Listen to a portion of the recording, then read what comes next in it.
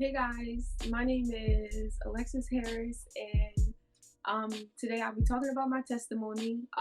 It's all about postpartum and having a baby, um, and just I guess how I overcame and how I continue to overcome because it's a continuous battle. Um, so I guess month one of having my baby, like I was obsessed with him, like just always looking at him, just like kind of really obsessed. Like it was crazy, but I didn't feel any signs of postpartum depression, even though I didn't really know what to look for. Um, but it was just like the best feeling in the world having a whole baby like that is dependent on you. Um, and then like month two, I would cry so much, like just over the littlest things. Like if he started crying, I was crying. I could have a thought about something and then just start crying. I could randomly just be happy and then out of nowhere start crying. I was just like a whole crybaby, but I never took it as again depression. I was just like maybe my hormones is all over the place and I'm just going through some things and I just gotta, work through it and I'll be okay. But it wasn't until like month three where I was, yeah, it wasn't until like month three where I was like, okay, this is happening a lot. Like, I would just look at him and cry, and I'm like, oh, I'm just being a mom. And I thought that like, during my pregnancy, I was crying a lot, so I was like, okay, I'm okay. I just kept telling myself that I'm okay when, in all actuality, I really wasn't because nothing really made me happy. Like I could be doing the best thing in the world. Like I love eating. Eating didn't make me happy. Looking at my baby's face didn't really make me happy. It just made me feel a lot of pressure. Like, am I going to be able to be a mom to this child? Am I going to be able to provide for this child? Like, it was like a scary feeling. I cried at thought of my body.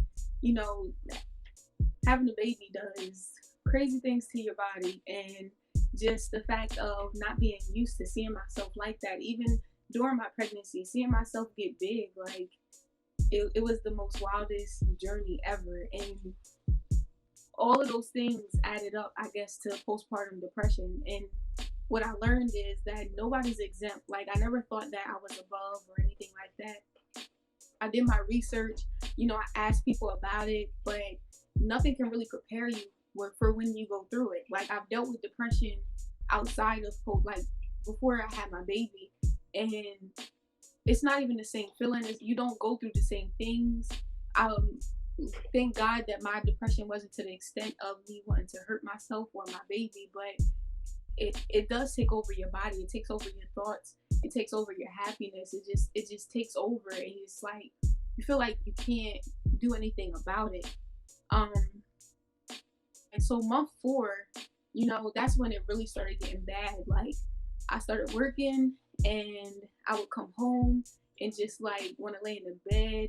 My husband would, do things that try to make me happy, and then I was like kind of checked out.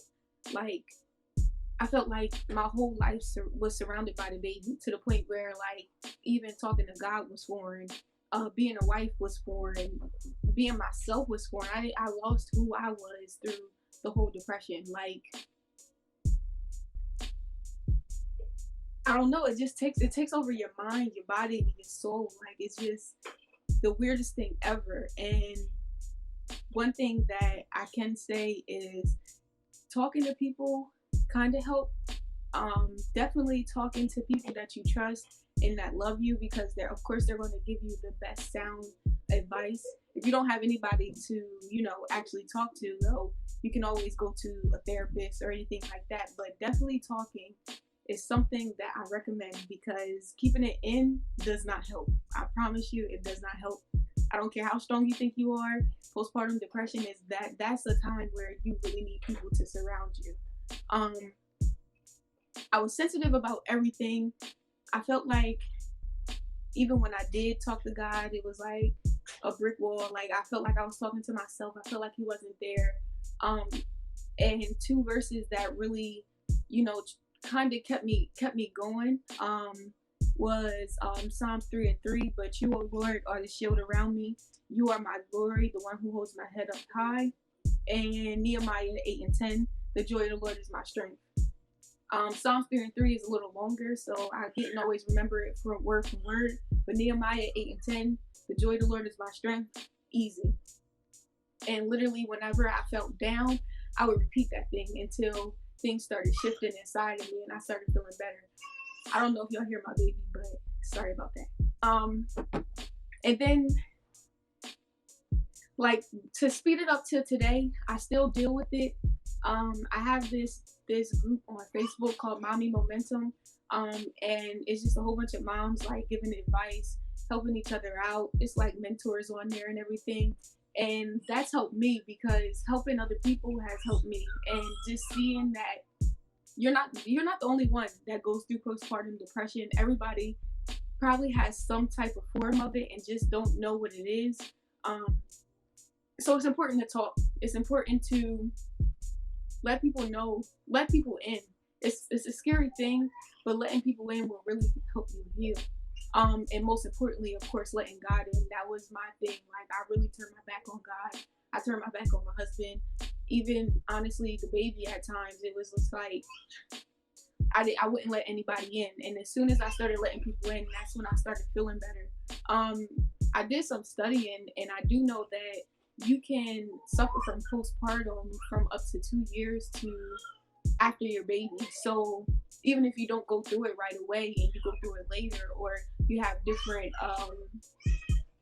symptoms of postpartum, you still need to talk to somebody because it is definitely a scary journey. I apologize if y'all can really hear my baby, but it's definitely a different journey. And I am doing a lot better. Sometimes I do have my ups and downs. Some days I do feel like I just want to be in the bed. But again, Nehemiah 8:10, the joy of the Lord is my strength. It's easy to remember. Get it in your spirit because it can really shift some things. And that is my testimony.